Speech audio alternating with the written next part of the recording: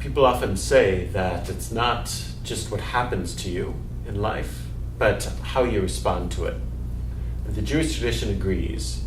This is really evident at Tisha B'Av, now at the time of the ninth day of the month of Av. Year 200. It says that it's a fast day so that we remember the 5 tragedies that happened to Israel on this day. It's the day that God decreed against the Israelites in the desert, that they would wander for 40 years. It's a day that the first temple was destroyed and the second temple.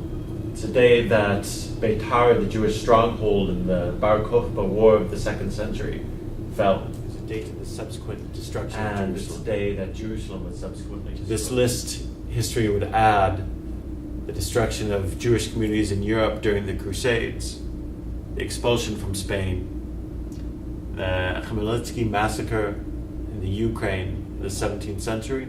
And it's not even whether or not these things happen on the literal date that's important. The importance comes in remembering on that date and responding on that date to what happens to us. The ancient Israelites lived in a world where when tragedy struck, you assumed that this was because God had abandoned you. They said that was not the case. God had not abandoned them. God had repeated the demand for ethical behavior and greater loyalty. God is asking us for greater loyalty, both to God and to each other. And God forgives. And they built a second temple. And when the second temple was destroyed, the rabbis tell us it was due to sinat chinam, to baseless hatred among Jewish groups.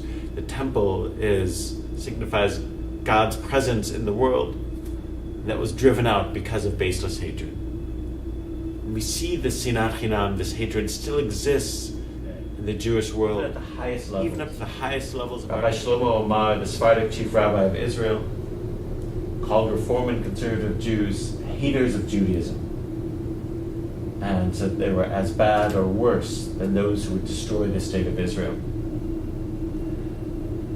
It's baseless hatred.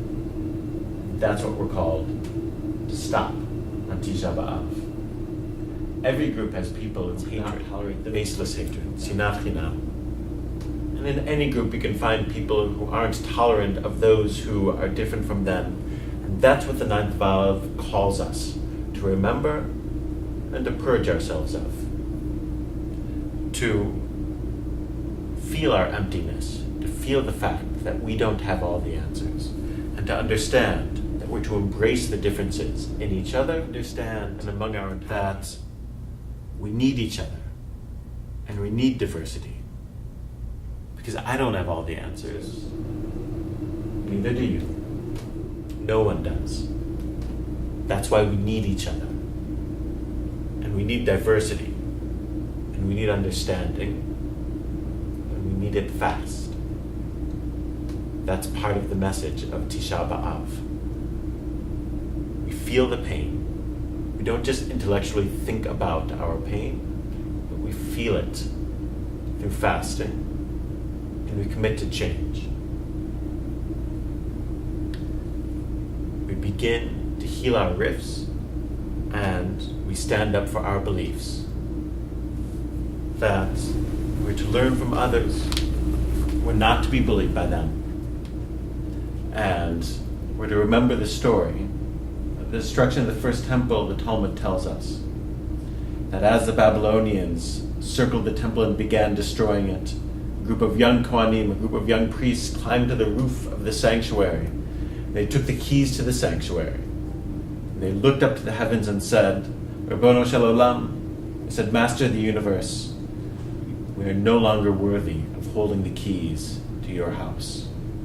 So we returned them. They took those keys, they threw them to the heavens. And the Talmud tells us that some sort of hand reached down, took them back, and returned them to the heavens.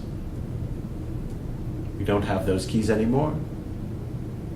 We have other keys. And if we try to throw them back to God, they will just return to our hand. So we must realize that the keys to making a better world are in our hands, and that's where they'll stay. We must use them to build understanding, to heal the rifts between us. That understanding should begin today, on Tisha B'Av. That way we can build a better future.